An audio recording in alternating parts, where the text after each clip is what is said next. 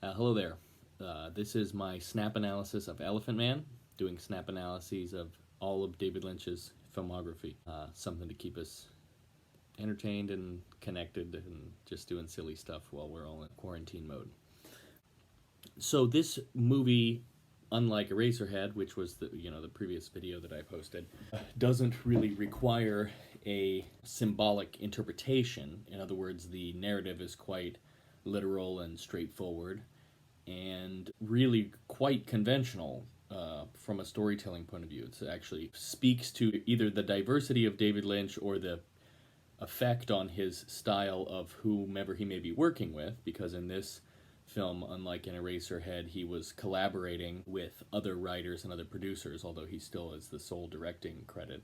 Or else it just demonstrates his tremendous breadth, because he goes from making this movie Eraserhead, which is not totally inscrutable, but quite surrealistic and extremely open to interpretation, even in terms of the factual series of events.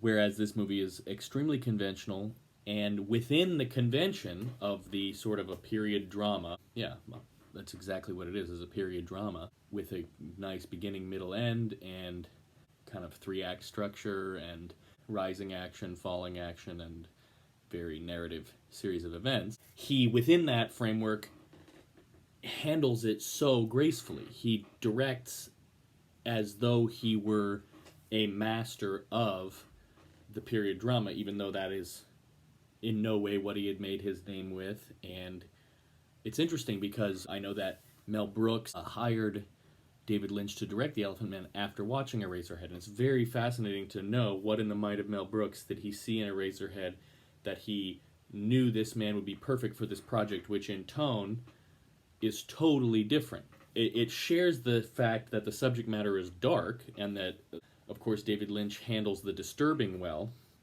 but here he handles the disturbing elements in a totally different way. You have the Elephant Man, John Merrick.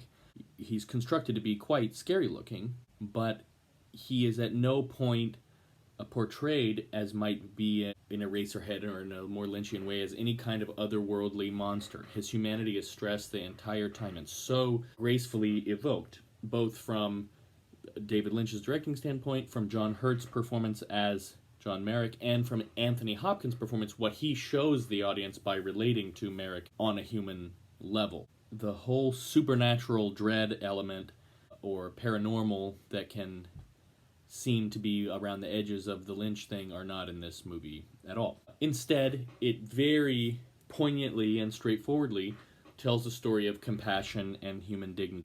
And I want to read this quote from James Joyce. Sorry, so this transition was not very graceful.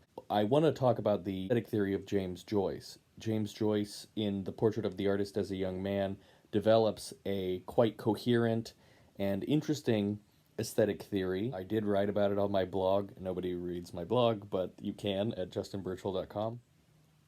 In James Joyce's theory, the purpose of art, the proper purpose of art, is to arrest the mind, to hold the mind still in an aesthetic arrest. He asks, what about those art forms where their nature is literary or narrative or theatrical? How do you hold the mind still when it's not, a painting that can grab your attention, but has to maintain your attention over a period of time?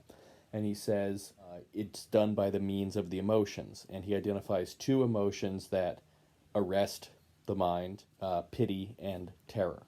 And I think Lynch handles both of those very well, and that's why I'm about to read this James Joyce quote. And I want to read this quote from James Joyce. The aesthetic theory of James Joyce, which I heard of through the works of Joseph Campbell. He talks, and in fact he's, I think, paraphrasing Aristotle. Don't quote me on that. He talks about the dramatic emotions and how an artwork seizes or has transcendent dimension in terms of emotional storytelling. And I think you'll see what I mean when I read the quote. So James Joyce writes, "Pity is the feeling which arrests the mind in the presence of whatsoever is grave and constant in human sufferings, and unites it with the human sufferer. Terror is the feeling which arrests the mind in the presence of whatsoever is grave and constant in human sufferings and unites it with the secret cause. So I'm going to break that apart here, and then I'll apply it to Elephant Man. Pity is the feeling which arrests the mind of somebody perceiving a situation or an artwork in the presence of whatsoever is grave and constant in human sufferings. So this one, it might not be clear how it applies for Elephant Man, because he has a suffering that is actually quite unique. None of us actually have to face a situation of the kind he does, of, that kind of extreme, severe, disabling deformity. Most of us in viewing public can't literally relate to that experience. But what is grave and constant in human suffering is the basic element of need to be loved, the pain of rejection, and fear of abuse and fear of loneliness. Those are themes that every human being copes with throughout their life. So that is what in his suffering is grave and constant, and the fact that his circumstance makes all of those sufferings so much more acute than we experience them is brought home further because Lynch is so effective in communicating what is grave and constant in the suffering. This is a human being going through incredibly trying experiences. Now, that kind of recognition of identity with the other in their suffering, which is there in Pity, is also there in the dramatic emotion that Joyce calls terror. Terror is the feeling which arrests the mind in the presence of whatsoever is grave and constant in human sufferings, same, and unites it with the secret cause. Secret cause. So pity is that which unites it with the human sufferer. In other words, the recognition that the shared sufferings, I'm a human, you're a human, and that is, that induces pity or sympathy. Pity now has I don't think he's necessarily using pity in a connotation that implies condescension, but the dramatic emotion of pity at the suffering of another. So, terror is the feeling which arrests the mind in the presence of whatsoever is grave and constant in human sufferings and unites it with the secret cause. So, what is the secret cause? The secret cause, I think here he means the metaphysical cause. The secret cause of suffering is that death is inevitable, change is inevitable, and suffering is inevitable. So the secret cause which arrests us in terror is the knowledge that we ourselves will suffer, and we will die, and horrible things are in store for us. Not on balance horrible things are in store for us, but the experience of being alive and being human includes horrible things, including old age, sickness, death, the trauma of watching others suffer, the heartbreak, betrayal. It's wound up in the fabric of being living in the world, being a human. Experience of violence, experiences of loneliness, and all those other things that are inextricably inherent in the human condition. So they cause terror. So I think that in this movie, David Lynch does a great job of evoking both of these classical emotions, both pity and terror, and it's a true drama that still belongs to Joyce's category of proper art, because what Lynch does is he holds the mind, he arrests the mind, to quote Joyce, at the experience of the intensity of another's suffering, in which he directs in such a way as to make it feel our own. And that also, as I said, comes from the acting performances. So the whole movie, you're just held, almost trance-like, by what must it be like to be this guy? That is the question that was in my mind the entire time. You have a protagonist who's going through things that on the one hand are unimaginable, but on the other hand we have a instant capacity to sympathize with, because we ourselves are suffering humans and have an instant capacity for sympathy inherent, and that's what makes the storytelling in that movie so good. So I can only say that, yeah, I'm totally impressed by the film. I think it handles its themes masterfully. It tells a very narratively simple story with kind of even a good guy, a bad guy, and a moral triumph in the end, and a bit of a sad ending. It is, it's implied that the Elephant Man dies at the end. I believe that's one part that is open to interpretation, is what exactly happens at the end.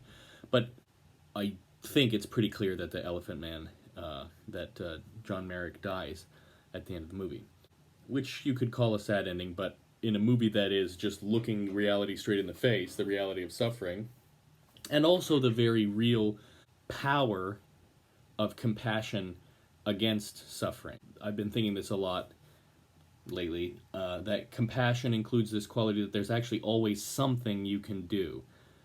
Even so, in this case, the Elephant Man couldn't be cured, but he could be given dignity.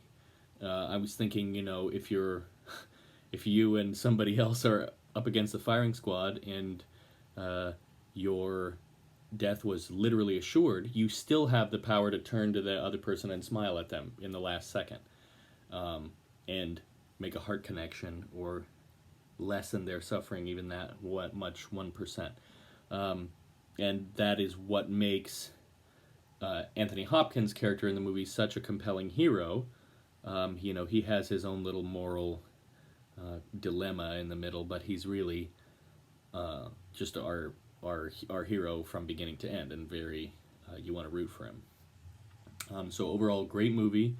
Once again, I'm not doing these videos, to just pretend like nothing serious is going on in the world. It's more just to do something silly, keep myself occupied, share myself with friends, and what I'm interested in and what I'm doing with my silly, with my quarantine time, which is not necessarily anything super productive, just staying in. I'm not quarantined. I'm not technically quarantined. I'm just practicing social distancing. So yeah, that's David Lynch's Elephant Man, and it's a movie all about compassion, and compassion is something we can really stand to have more of and develop in all of ourselves at this exact moment in history, and so in that sense it's a very timely movie. Thanks for watching.